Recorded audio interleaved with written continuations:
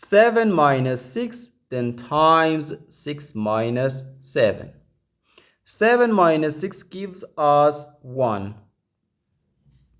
And 6 minus 7 gives us negative 1. So 1 times negative 1, which equals negative 1. But this answer is not correct, because according to the order of operations, multiplication has higher priority than subtraction. And when we have more than one subtraction in an expression, we have to work from left to right.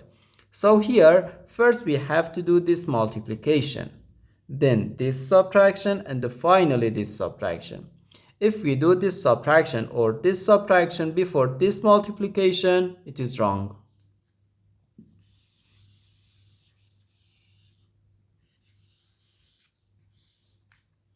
So first we have to do this multiplication. 6 times 6 equals 36. So 7 minus 36, then minus 7. Now we have to do this subtraction.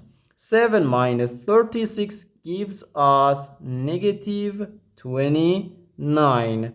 So negative 29 minus 7, which equals negative 36. And this is our final answer to this problem. The correct answer is negative 36.